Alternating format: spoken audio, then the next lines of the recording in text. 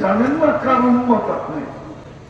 রাগ হয়েন না, পায়ে হাত রাখি, রাগ হয়ে যাবেন?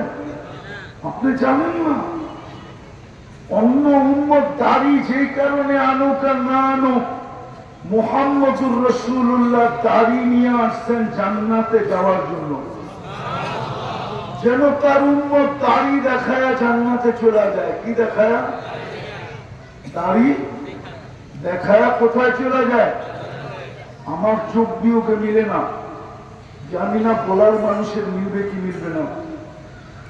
যেই ব্যক্তি মদিনা মুনাওয়ারায় হজে গেল, ও দাড়ি ছাড়া রওজার সামনে যায় কি করে?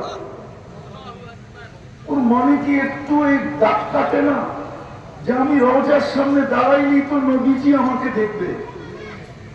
আমাকে দাড়ি ছাড়া দেখা যদি চেহারা ফিরে নেওয়া যায়, আমাকে দাড়ি ছাড়া দেখা যদি চেহারা ফিরে ফেললো, সালাম দিলাম যদি জবাব না দিল, আবার হজ করে আইসা দাড়ি শেভ করে কি করে? আমার চুক্তিও কি মিলে না? একটু কি মনে বাঁধে না যে এই চেহারাটা তো আল্লাহ রসুল দেখছিলেন না? রওজার সামনে দাঁড়াইলে দেখে না ওলামা কি বলে? বলার ওলামা কি বলে? রওজার সামনে দাঁড়াইলে দেখে না হায়াতুন নবী, কবরে জীবিত।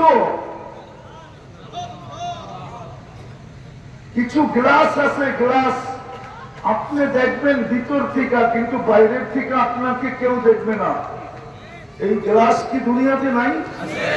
হ্যাঁ, মাথা করে চলেন, আমি দেখা যাবে মনে। আল্লাহ রাসূল তো এরকম দেখে, আমরা দেখি না। ওইখানে কুদরতি গ্লাস লাগানো আছে, কি করে দাঁড়ি শেখ করে। তো বুঝেইতেছিলাম আপনি আল্লাহ রসুলকে চিনেন না, আমরা মুহাম্মদুর রাসূলুল্লাহকে চিনি না। কথা উল্টায় যেতেছে, আলোচ্য বিষয় থেকে বাইরে যেতেছি। আমরা কার উম্মত জানি না, মুহাম্মদুর রাসূলুল্লাহকে এটা চিনি না। দুঃখ তো আমার এইখানেই।